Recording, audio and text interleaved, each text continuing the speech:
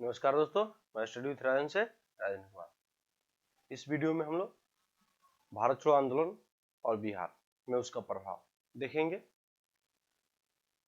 इसके पहले वाला वीडियो में हम लोग आपको बिहार में सत्याग्रह, जो व्यक्तिगत सत्याग्रह हुआ था, उसके बारे में लास्ट टॉपिक तक देखे थे। उसके बाद भारत छोड़ो आंदोलन आता है।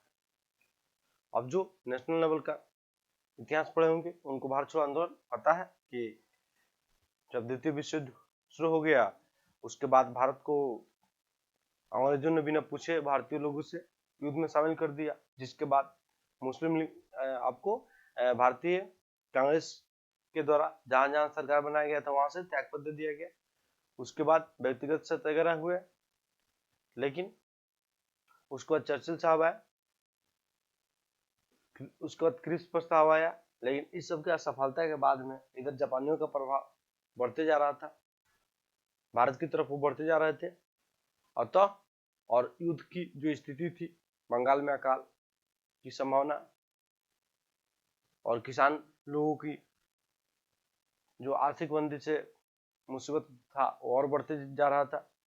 इसके कारण आपको इस सब कारण रहा, जिसके बाद भारत छोड़ो आंदोलन शुरू हुआ। और भारत छोड़ो आंदोलन जब शुरू हुआ तो 8 अगस्त को मुंबई में उसकी बैठक हुई और 9 अगस्त को भारत छोड़ो आंदोलन प्रारंभ कर दिया गया। और जब 9 अगस्त को भारत छोड़ो आंदोलन प्रारंभ हुआ, देखिए भारत छोड़ो आंदोलन का प्रस्ताव अंतिम रूप से पारित 8 अगस्त को हुआ है, लेकिन आपको 9 अगस्त को आंदोलन शुरू हुआ है। अब जैसे ही 9 अगस्त को आंदोलन शुरू हुआ, वैसे ही operation zero hours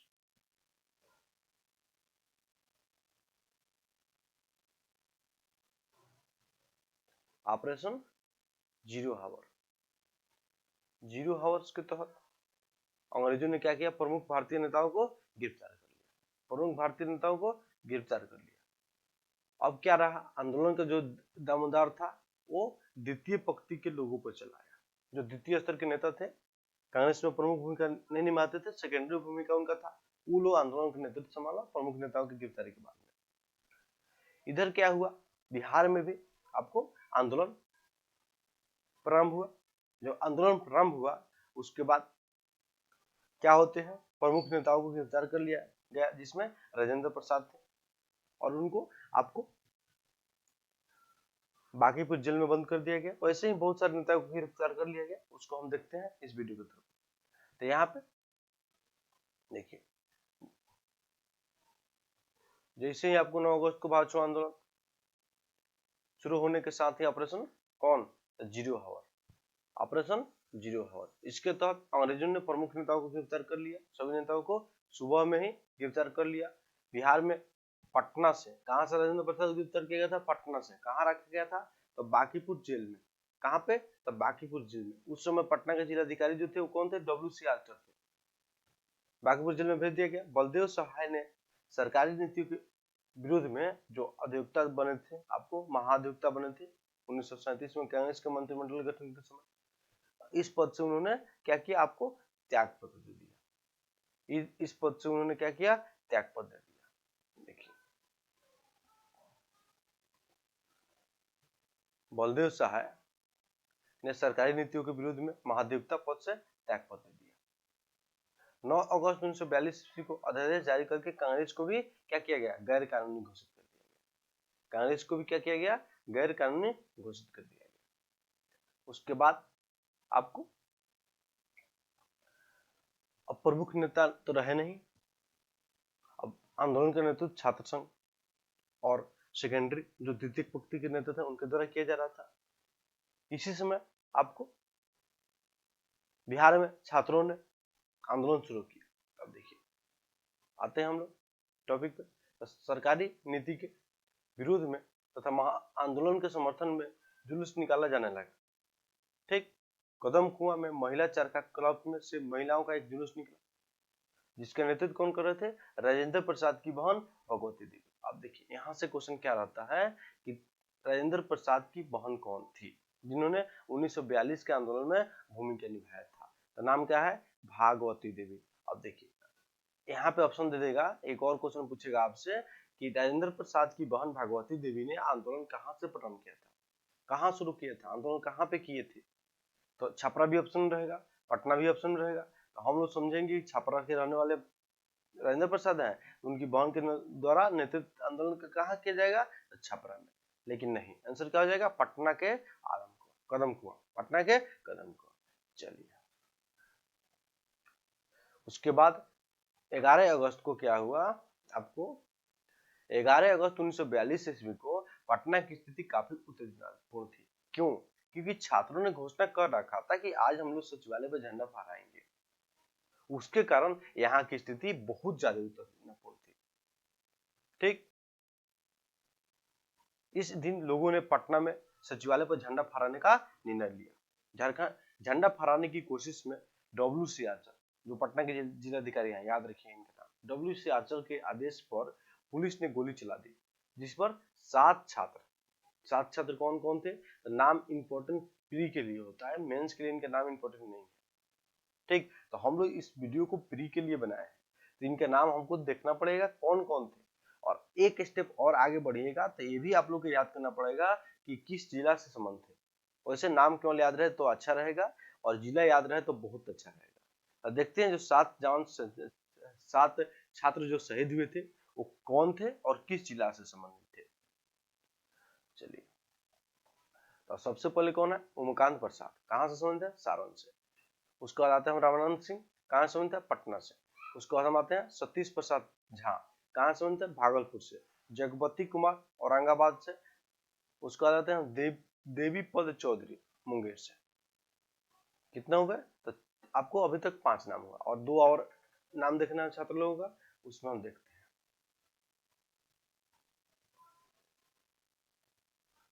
Rajendra Singh Saran से, राजेंद्र सिंह कहाँ से थे, सारण से। उसके बाद राम गोविंद सिंह पटना से। ये लोग का नाम आप लोग याद रखिएगा, क्योंकि ये क्वेश्चन कभी कभी पूछने की संभावना तो कम रहती है, और लेकिन कभी कभी क्या होता है, क्वेश्चन पूछे जा सकते हैं, कभी कभी क्वेश्चन पूछे। वैसे डब्ल्यू.सी. आर्चर का नाम जो बताए हैं कि पटना के जिलाधिकारी थे जिन्होंने गोली चलाने का आदेश दिया था, इनका नाम आपको पूछे जाते हैं एग्जाम में। ठीक, कहाँ पे 7 जवान शहीद हुए थे, तो पटना में। कहाँ झंडा फहराना था, तो सचिवालय भवन पे। कितने जवान शहीद हो गए थे, कितने छात्र शहीद हो गए थे, 7 छात्र शहीद हो गए थे। ऐसे क्वेश्चन रहता है, नाम से क्वेश्चन मुश्किल करेगा तो नाम और जिला मिलाने के लिए देगा आपको। चलिए, आगे हम बढ़ेंगे, नेक्स्ट टॉपिक की तरफ बढ़ेंगे। तो शहीद हो गए, इतने छात्र क्या हो गए, शहीद हो गए। उसके बाद इस सचिवालय गोलीकांड ने बिहार में आंदोलन को और उग्र कर दिया। देखिए, जब 7 छात्र शहीद हो गए तो निश्चित रूप से आंदोलन उग्र होगा, जगह जगह पे जुलूस निकाले गए, जगह जगह पे जुलूस निकालने जाने लगा। गांधी मैदान में बैठक हुआ, बैठक के बाद में निर्णय क्या लिया जाता है उसको हम देखते हैं। इसी बीच थोड़ा सा प्री के व्यू से आपके इंपॉर्टेंट है उसको बताते हैं। तो यहाँ पे क्या पॉइंट है आपको,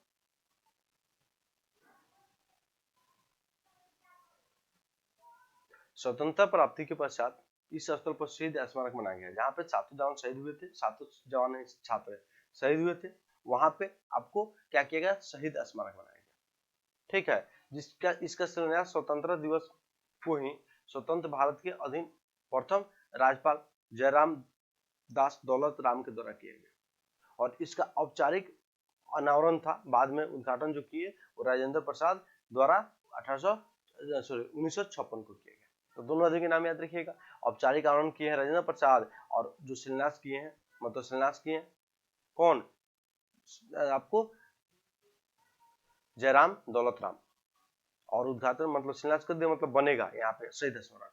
अब बन के जब तैयार हुआ तो 1956 ईस्वी में इसका उद्घाटन कौन किए, तो राजेंद्र प्रसाद द्वारा किया गया।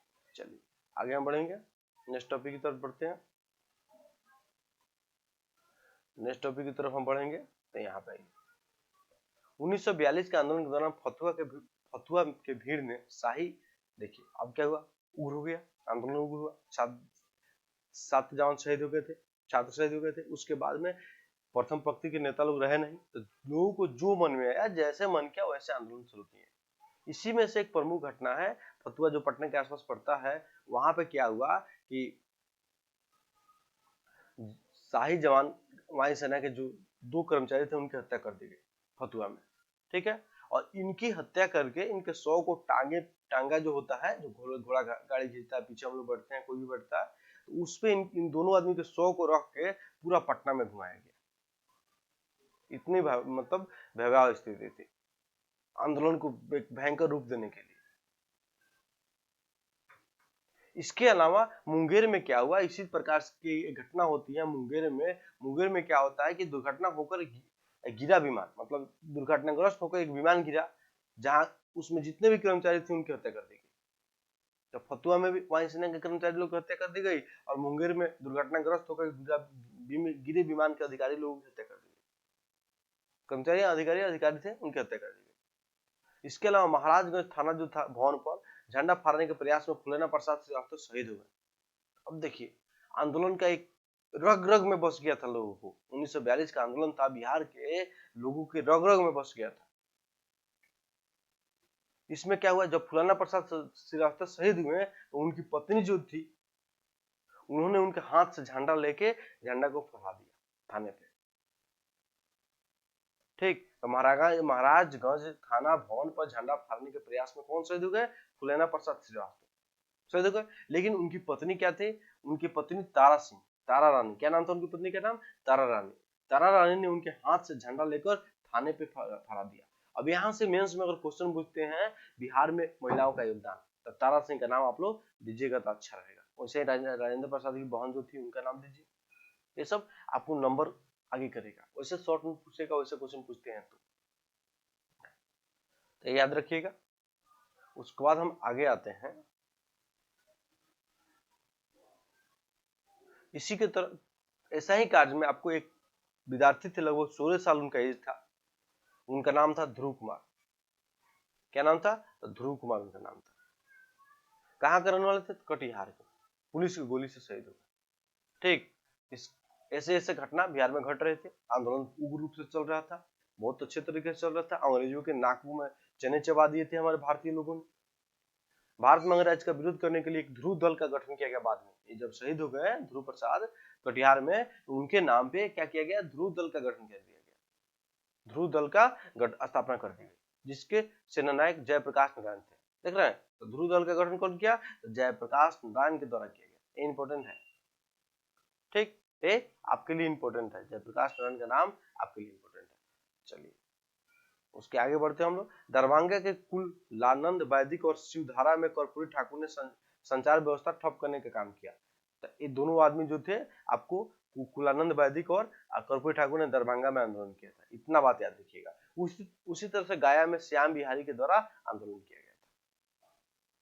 ऐसे ऐसे छोटे छोटे घटना हम लोग नाम और जगह याद रखिएगा। क्वेश्चन पूछेंगे, 1942 से क्वेश्चन पूछता है, ये सब क्वेश्चन पूछेंगे, इसीलिए शामिल किए हैं हम। ठीक, उसके बाद हम आगे बढ़ेंगे, तो आगे वाला जो टॉपिक आप लोग के लिए होगा, 1 मिनट। आंदोलन के दौरान बिहार में कांग्रेस कमेटी द्वारा ग्राम पंचायत और ग्राम सेवा दल की स्थापना करने का आदेश दिया गया था। अब देखिए, ये भी इंपॉर्टेंट है। बिहार में बिहार कांग्रेस कमेटी जो थी, उसके द्वारा बोला गया कि आप लोग अपने से शासन करने के लिए क्या कीजिए, ग्राम पंचायत का गठन कीजिए और ग्राम सेवा दल का गठन कीजिए। तो बिहार में काम हुआ था।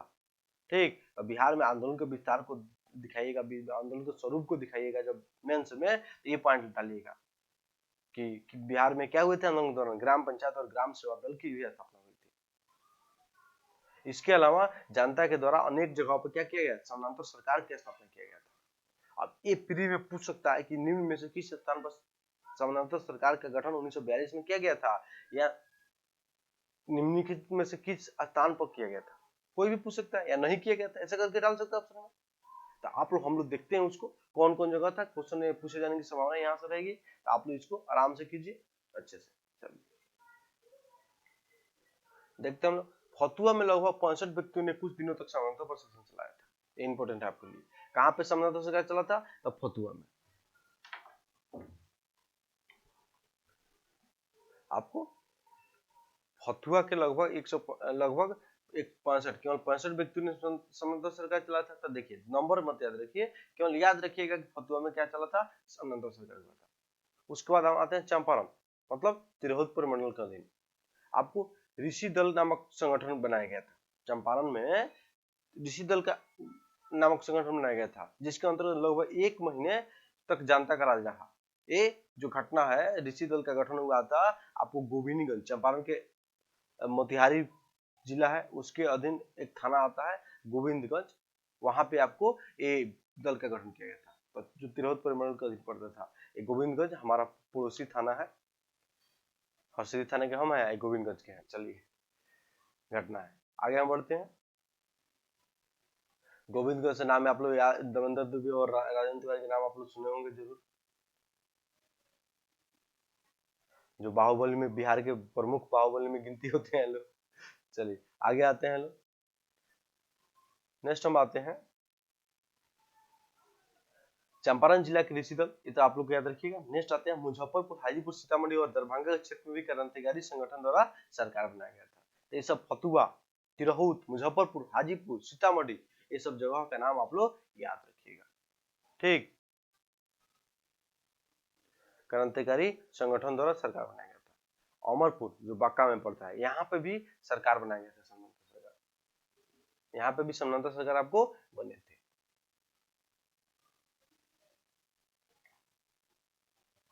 अब देखिए गुप्त गतिविधियां भी इस समय हुई थी, क्योंकि आंदोलन हिंसक हो रहा था। हिंसक गतिविधियां जब चल रही है तो सरकार के द्वारा दबाव डाला जाएगा, तो सरकार द्वारा जब दबाव डाला जाएगा तो गुप्त रूप से काम होंगे। उसी में मुंगेर में बम सामग्री के साथ मतलब मुंगेर में क्या हुआ था, बम विस्फोट हुआ था। अब उसी बम विस्फोट के सिलसिले में नरसिंह नारायण जो थे, नरसिंह नारायण आजाद को पकड़ा गया था।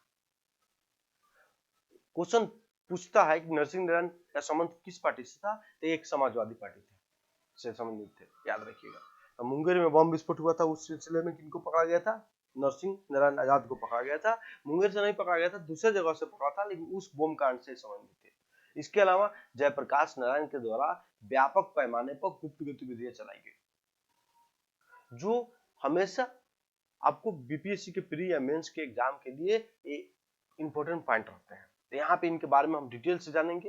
देखिए गुप्त गतिविधियों के संचालन में जयप्रकाश नारायण 9 नवंबर 1942 को दिवाली के रात में, ये आप लोग को यहाँ पे ये पॉइंट आप लोग को याद रखना होगा कि कब, तो 9 नवंबर 1942 ईस्वी को, कब, तो दिवाली के रात में ये लोग क्या किया, जेल के बाउंड्री जो होता है उसको अपने कपड़े को क्या किया, फंदा बना दिया, मतलब रस्सी बना दिया, उसके सहारे चढ़ के निकल गए दिवाली की रात में।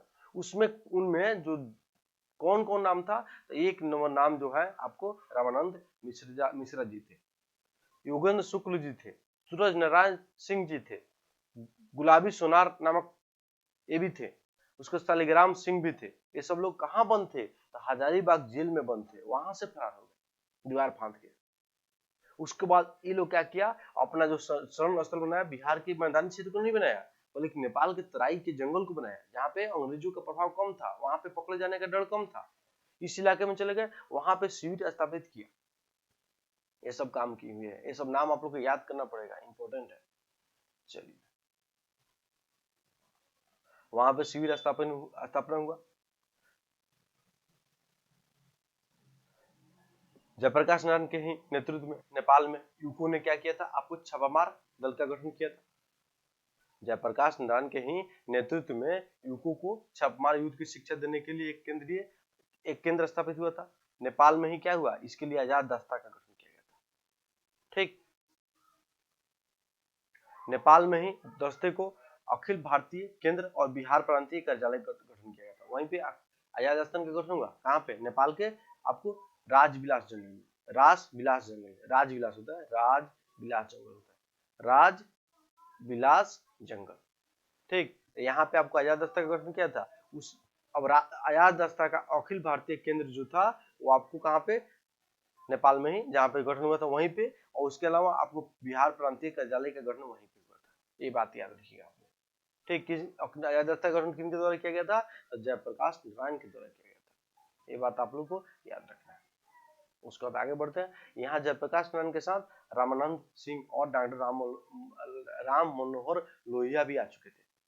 ठीक,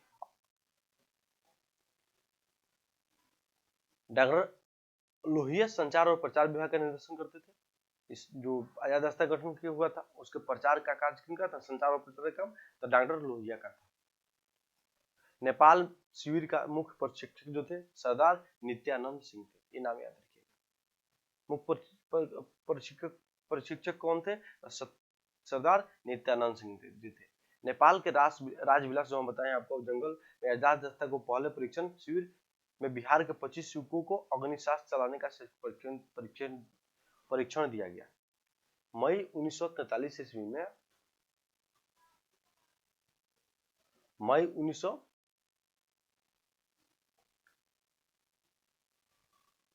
1943 में भारत सरकार के दबाव से नेपाल सरकार के द्वारा क्या किया गया, आपको इन लोगों को पकड़ा गया, पकड़ने का अभियान चलाया गया, जिसमें आपको जयप्रकाश नारायण जी जो थे गिरफ्तार हो गए और अन्य लोगों के साथ गिरफ्तार हुए। कहाँ पे रखा गया उनको? गिरफ्तार करके जेल में डाल दिया गया। कहाँ के जेल में? तो नेपाल के हनुमानगढ़ी जेल में डाल दिया गया। हनुमानगढ़ जेल में डाल दिया गया। यहीं पे कोसी बैराज बनाया गया है। कोसी नदी पर जो बांध बना है, तो हनुमानगढ़ में ही कोसी बैराज बनाया गया है, रखा गया, जो हम लोग ज्योग्राफी में पढ़ेंगे। यहाँ पे क्या हुआ, इस जेल पर नित्यानंद, सरदार जो नित्यानंद थे, जो मुख्य परीक्षक थे, उनके नेतृत्व में हमला कर दिया गया और जेल से सभी साथी को छुड़ा लिया गया। सभी साथी लोगों को छुड़ा दिया गया। जयप्रकाश नारायण अपने सहयोगियों के साथ भागते हुए कहाँ पहुंचे? कोलकाता पहुंचे और वहां पे आपको सुभाष चंद्र बोस जी से संपर्क करने का प्रयास किया गया था। ये क्वेश्चन पूछेगा कि 1942 के दौरान सुभाष चंद्र बोस से प्रयास करने का संपर्क करने का प्रयास कौन किए थे? तो कौन किए थे? तो वो थे जयप्रकाश नारायण और उनके सहयोगी। चलिए, लेकिन वहीं पे आपको पुलिस भी साथ साथ उनके पहुंच गई, पीछे पीछे गिरफ्तार कर लिया गया। बिहार में क्रांतिकारी गतिविधियों को जारी रखने तथा प्रशासन को पंगु करने में सियाराम सिंह के नेतृत्व में भी सियाराम दल का गठन किया गया था। ये भी इंपॉर्टेंट है, ये भी आपको आजाद दस्ता से प्रेरित संगठन है सियाराम दल, जो सियाराम सिंह के द्वारा गठन किया गया था भागलपुर के आसपास में। कहाँ पे? तो भागलपुर के आसपास में। तो सियाराम दल संबंधित है 1942 के आंदोलन से। किस जिला से? तो भागलपुर से संबंधित है। ठीक, सियाराम दल का गठन कौन किया? तो सियाराम सिंह किया था। ये भी याद रखिएगा। शस्त्र चलाने का परीक्षण सरदार नित्यानंद सिंह तथा पार्थ ब्रह्मचारी देते थे। अब यहाँ पे जब जयप्रकाश नारायण गिरफ्तार हो गए, तो यहाँ पे लोग अपना कार्य करने लगा और सरदार नित्यानंद जो आजाद दस्ता के में भी परीक्षा का काम करते थे, यहाँ पे भी करने लगे। ये आपको साम्यवादी नेता है पार्थ ब्रह्मचारी, ये भी अपने काम कर रहे थे, परीक्षा दे रहे थे। इस दल का प्रभाव मुंगेर, भागलपुर, किशनगंज, बलिया, पूर्णिया आदि जिलों में था। सबसे अधिक प्रभाव जो था वो भागलपुर में था। बीरपुर जो भागलपुर से संबंधित है, इलाके में इस दल ने एक तरह की समानांतर सरकार स्थापित कर दिया था। अब देखिए, भागलपुर के बीरपुर में सियाराम दल के द्वारा समानांतर सरकार भी स्थापित किया गया था। तो जितने हम समानांतर सरकार का स्थान उस समय बताए हैं, उस सबके साथ साथ इसको भी गठन कर लिया। अब बीरपुर 1942 से संबंधित है ही, इसके अलावा बीरपुर जो है आपको सविनय अवज्ञा आंदोलन से संबंधित है, जहाँ पे आंदोलनकारियों को लाठीचार्ज हुआ था, आपको बताया है, जहाँ पे आपको राजेंद्र प्रसाद के ऊपर भी लाठीचार्ज किया गया था। और ये बीरपुर इतना ऐसा घटना था जहाँ पे आंदोलनकारी को आज लाठी से पीटा जाता था, फिर कल दूसरा दल वहां पे जाकर धरना देता था शराब की दुकान में। इसके बारे में डिटेल से बताया है। तो बीरपुर जो है 1942 के आंदोलन के दौरान समानांतर सरकार के लिए चर्चा में रहा, जो आपको सियाराम दल के द्वारा यहाँ पे गठन किया गया था। इसके अलावा 1942 में शराब के धंधे पे, शराब की दुकान में धरना देने के लिए भी चर्चा में रहा। ये बात आप याद रखिएगा, यहाँ से क्वेश्चन बनेंगे आपको।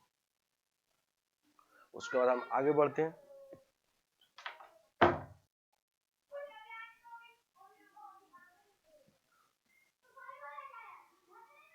इसके बाद आते हैं भागलपुर इलाके में छापामार तरीके से हिंसात्मक ढंग से क्रियाशील कुछ अन्य क्रांतिकारी दलों में परशुराम दल और महेंद्र गुप्त के दल उल्लेखनीय है। ये भी याद रखिएगा, भागलपुर से परशुराम दल और महेंद्र गुप्त के दल भी महत्वपूर्ण थे। आंदोलन की कुछ अन्य घटना हम लोग देखते हैं जो इंपॉर्टेंट है आपके एग्जाम के दृष्टि से। तो सबसे पहला पॉइंट हम लोग इसमें देखेंगे, वो क्या होगा? वो होगा आपको तत्कालिक बिहार के छोटा नागपुर क्षेत्र में के आदिवासियों ने विशेषकर ताना भगत आंदोलनकारियों ने अपने क्षेत्र में ब्रिटिश सत्ता को जबरदस्त चुनौती दी थी। तो याद रखिएगा, ताना भगत आंदोलन भी आपको 1942 के आंदोलन से सक्रिय थे। उसके अलावा हम आते हैं तो यहाँ पे जमशेदपुर में टिस्को के मजदूरों ने हड़ताल कर दी। ये भी याद रखिएगा, 1942 के आंदोलन के दौरान टिस्को के मजदूर ने जमशेदपुर में हड़ताल किए थे और डालमिया नगर में रोहतास इंडस्ट्री के श्रमिक के द्वारा भी हड़ताल किया गया था। इमेंस और पीड़ित दोनों भी इंपोर्टेंट है। आंदोलन के स्वरूप को लिखा जाता है ना, जब उस समय इसे पॉइंट लिया जाता है। उसके बाद हम आगे आते हैं। इस आंदोलन की एक विशेष घटना क्या थी, मोस्ट इंपोर्टेंट, कि कुछ छात्रों ने क्या किया था कि रेलगाड़ी पर ही कब्जा कर लिया था। कुछ छात्रों ने रेलगाड़ी पर ही कब्जा कर लिया था और उस रेलगाड़ी का नाम रख दिया स्वराज ट्रेन।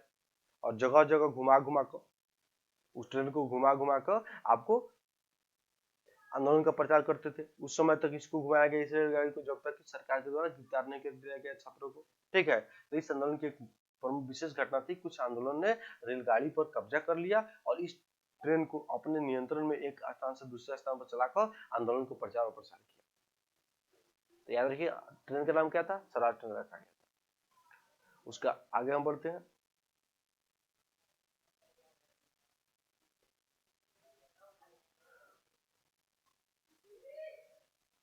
इस आंदोलन में छापरा में शांति देवी, पटना में राजेंद्र प्रसाद की बहन भगवती देवी, भागलपुर में माया देवी का नाम उल्लेखनीय रहा। अब देखिए शांति देवी के बारे में हम बताते हैं, एक छोटा सा आप याद रखिएगा। ये आंदोलन का जब नेतृत्व कर रही थी महिलाओं के साथ में, तो पुलिस के द्वारा अंग्रेज अधिकारी के द्वारा लाठीचार्ज करने का आदेश दिया गया इन लोगों के ऊपर। जब अंग्रेज अधिकारी के द्वारा लाठीचार्ज करने का आदेश दिया गया तो इन लोगों ने क्या नारा दिया कि पुलिस हमारा भाई है।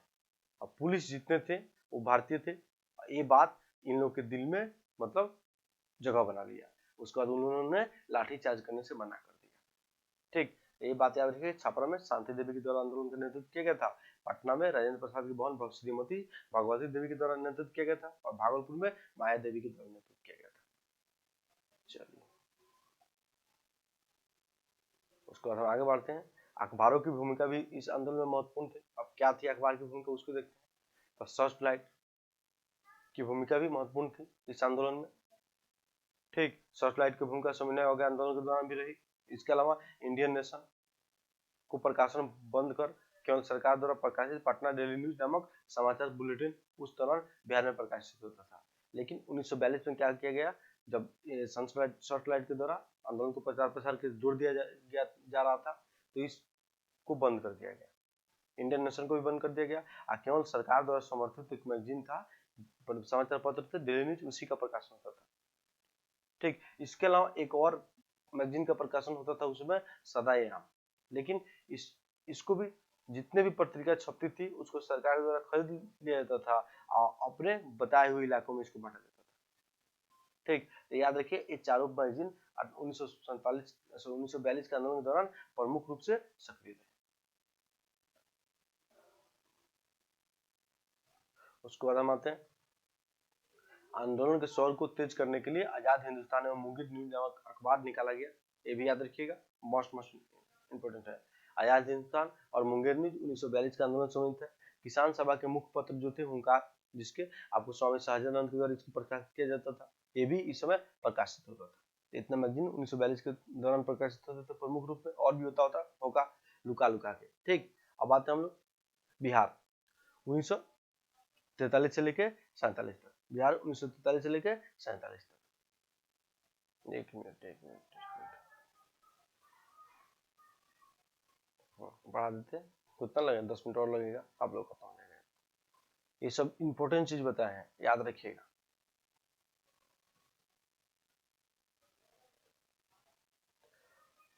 बिहार 1943 से 1947 तक। अब देखिए मार्च 1946 में चुनाव हुआ और इसका परिणाम घोषित हुआ। बिहार विधानसभा की 152 सीटों में से कांग्रेस को 98 सीट यहाँ पे भी मिले हैं और 34 मुस्लिम लीग को 34 सीट और मोमिन जो थे उनको 5 स्थान मिला है।